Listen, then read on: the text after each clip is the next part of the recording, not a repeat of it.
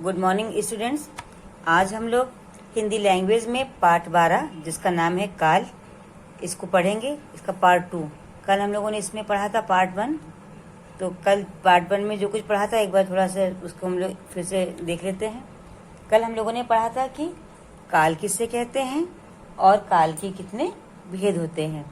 ठीक है बच्चों, तो काल हमने आपको बताया था कि काल क्रिया का वह रूप है, ठीक है, कि जिससे उसके घटित होने के समय का पता लगे, वो आपका काल कहलाता है। काल का अर्थ होता है समय। और हम लोगों ने पढ़ा था कि काल 3 प्रकार के होते हैं: भूतकाल, वर्तमान काल और भविष्य काल। तो कल हम लोगों ने भूतकाल पढ़ लिया था। भूतकाल में आपको कितने भेद बताए थे? भूतकाल के आपको 6 भेद बताए थे, ठीक है ना। पहला था सामान्य भूतकाल, आसन्न भूतकाल, पूर्ण भूतकाल, अपूर्ण भूतकाल, संदिग्ध भूतकाल और हेतु या हेतुमत भूतकाल। ठीक है, तो ये 6 भूतकाल के कल हम लोगों ने पाठ पढ़े थे। अब आज हम लोग पढ़ेंगे वर्तमान काल। ठीक है बच्चों, तो वर्तमान काल किसे कहते हैं? वर्तमान का अर्थ होता है कि वह समय जो चल रहा है। वर्तमान काल उस समय को कहते हैं जो समय आपका चल रहा है। ठीक है, तो क्रिया के जिस रूप से उसके वर्तमान समय में होने का ज्ञान हो उसे हम कहते हैं वर्तमान काल। ठीक है, वह वर्तमान काल कहलाता है। जैसे अभी आप पढ़ रहे हैं अपना हिंदी लैंग्वेज, तो ये आपका वर्तमान काल है। अब एक इसका उदाहरण बताते हैं। जैसे जब आप कक्षा में पढ़ते हैं तो आपकी कक्षा में कुछ छात्र होते हैं। तो जैसे आपसे कोई पूछे कितने छात्र हैं, तो आप बताएंगे भाई कि मेरी कक्षा में 46 छात्र हैं, 46 छात्र हैं। तो कक्षा में 46 छात्र हैं। अब ये एक जो वाक्य है, ये वर्तमान काल का वाक्य है। अब जैसे देखिए इसमें एक आपका उदाहरण जो है, इसमें देखिए कुछ बच्चे पढ़ रहे हैं ना, उदाहरण दिया है कक्षा में 35 छात्र हैं, तो ये आपका वर्तमान काल है। कौन पढ़ा रहा है? शिक्षिका बच्चों को पढ़ा रही है, तो ये आपका वर्तमान काल है। अब वर्तमान काल के भी 3 भेद होते हैं। कितने भेद होते हैं? वर्तमान काल के भी 3 भेद होते हैं। ठीक है, सामान्य वर्तमान काल, अपूर्ण वर्तमान काल और संदिग्ध वर्तमान काल। सामान्य वर्तमान काल, अपूर्ण वर्तमान काल और संदिग्ध वर्तमान काल। तो सामान्य वर्तमान काल किसे कहते हैं? देखिए, सामान्य रूप से वर्तमान काल में होने वाली क्रियाएं जो है वो सब समान काल में आती हैं। जैसे कि बच्चे पढ़ते हैं, ठीक है, सीमा माँ दफ्तर जाती है, सोहन क्रिकेट खेलता है। इस तरह के साधारण वाक्य जो ता ती ते पर समाप्त होते हैं, यानी जिन वाक्यों के अंत में ता ती, ता है, ती है और ते हैं, इस तरह से आता है, वो आपका सामान्य वर्तमान काल के अंतर्गत वो वाक्य आते हैं। ठीक, अब हमारा है नंबर 2 अपूर्ण वर्तमान काल। अपूर्ण का मतलब जो पूरा नहीं हुआ है, उसे हम कहते हैं अपूर्ण वर्तमान काल। मतलब कोई भी जो क्रिया है वो अभी कंप्लीट नहीं हुई है, मतलब पूरी जो है अभी उसको पूरा होना बाकी है, यानी वो हो रही है। तो क्रिया का वह रूप जिससे उसके वर्तमान समय में शुरू होने का बोध हो पर यह पता न चले कि क्रिया पूरी हो चुकी है, इस प्रकार की जो क्रियाएं होती हैं वो अपूर्ण वर्तमान काल कहलाती हैं।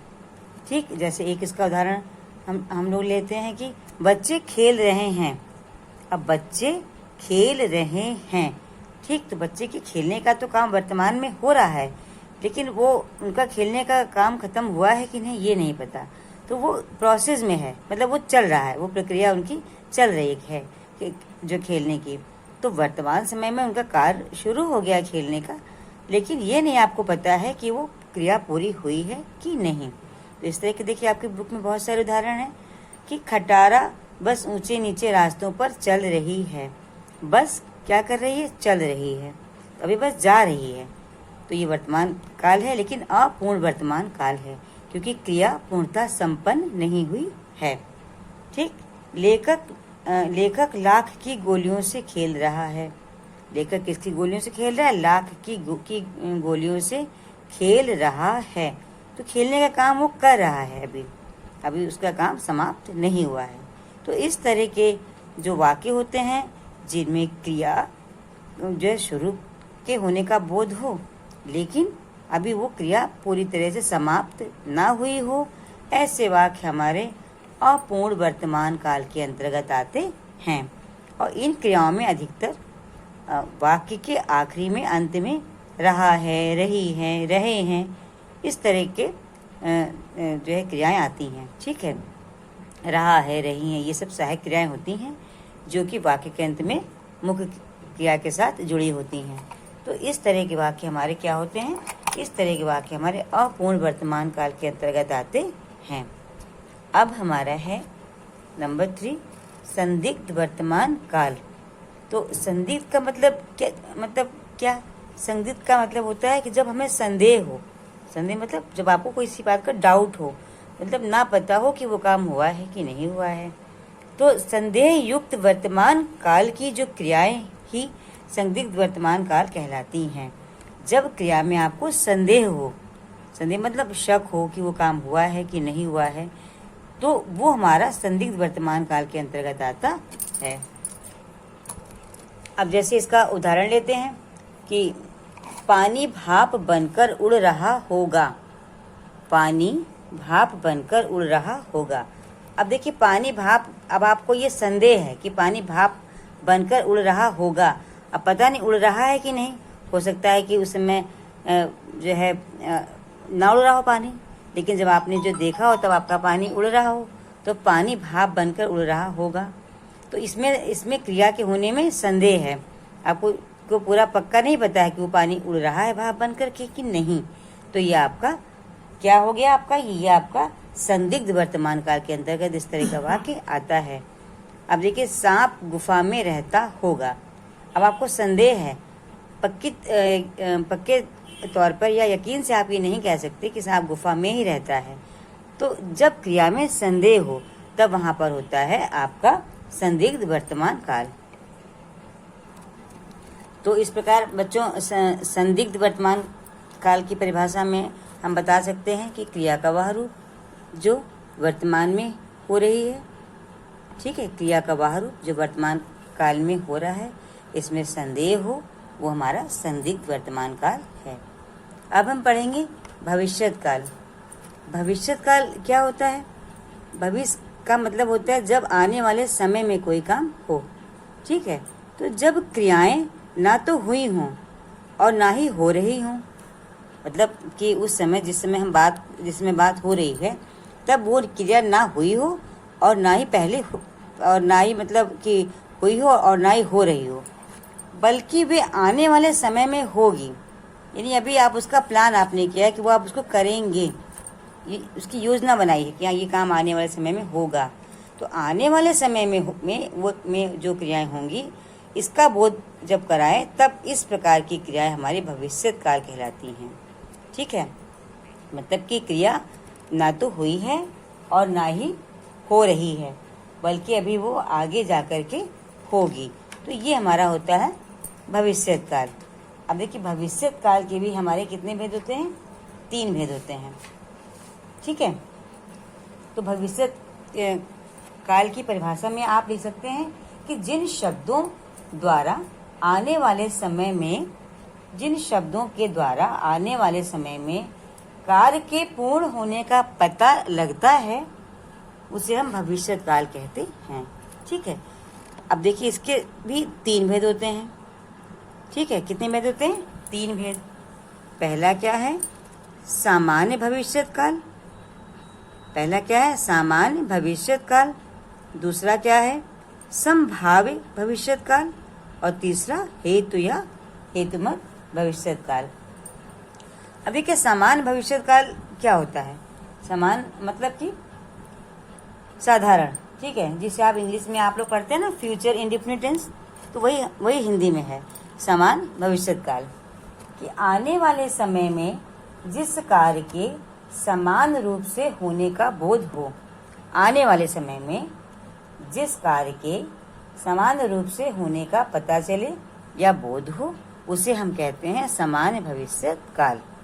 ठीक, अब देखिए इसका उदाहरण लेते हैं कि कल चील फिर से आकाश में ऊंची उड़ान भरेगी। कब भरेगी? कल। तो ये बात चील के आकाश में उड़ान भरने की जो बात हो रही है वो कल के लिए हो रही है। तो इस तरह से ना क्रिया आज हुई है और ना हो रही है, बल्कि कल होगी। तो ये हमारा सामान्य भविष्य काल हुआ। ठीक, एक उदाहरण और लेते हैं कि सांप उसी गुफा में पड़ा रहेगा। सांप उसी गुफा में पड़ा रहेगा।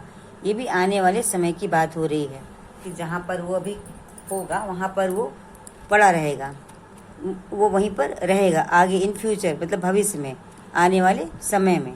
तो ये घटनाएं जो हैं वो आने वाले समय में पूरी होंगी। तो ये सभी सामान्य क्रियाएं हैं। ठीक, तो क्रिया का वह रूप जिसमें उसके भविष्य में समान रूप से पूरा होने का बोध हो, समान भविष्यत काल कहलाता है। अब दूसरा क्या है हमारा? संभाव्य भविष्यत काल।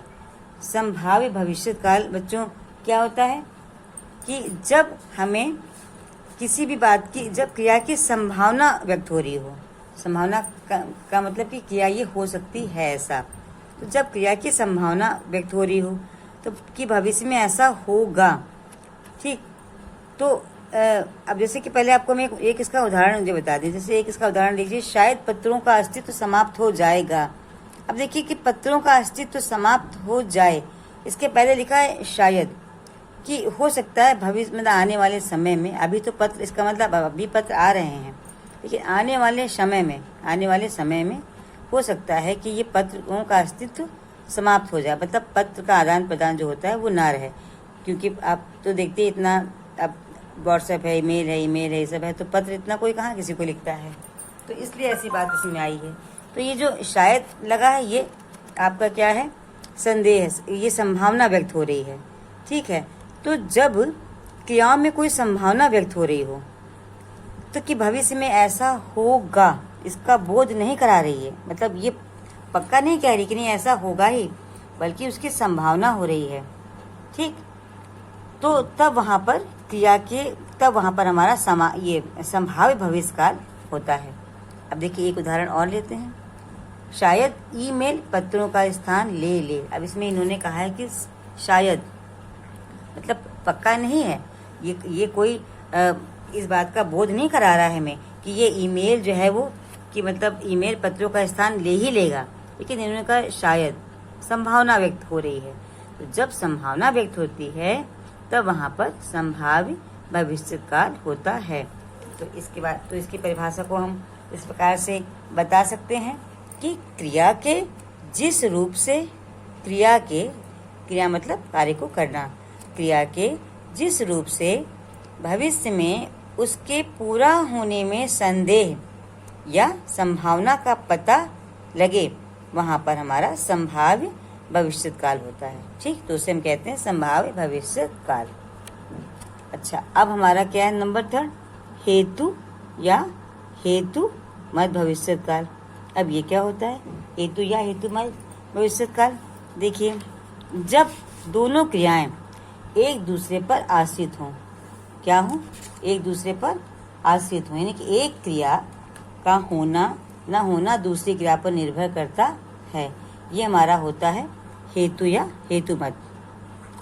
कि अब इसका उदाहरण देखिए, यदि लोटा गिरेगा तो आदमी को लगेगा।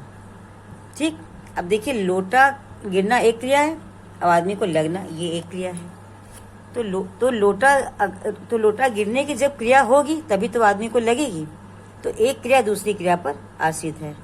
तो जब ऐसे वाक्य होते हैं कि जिन वाक्यों में दोनों क्रियाएं एक दूसरे पर आश्रित हों, तो पहली क्रिया होगी तभी दूसरी क्रिया होगी। अगर पहली क्रिया नहीं हो रही है तो दूसरी क्रिया नहीं होगी। तब वहाँ पर हेतु या हेतुमत भविष्य काल होता है। क्या होता है? हेतु या हेतुमत भविष्य काल। ठीक है, अब देखिए एक उदाहरण और ले लीजिए कि यदि आदमी को लोटा लगा तो वह पुलिस को बुला लेगा।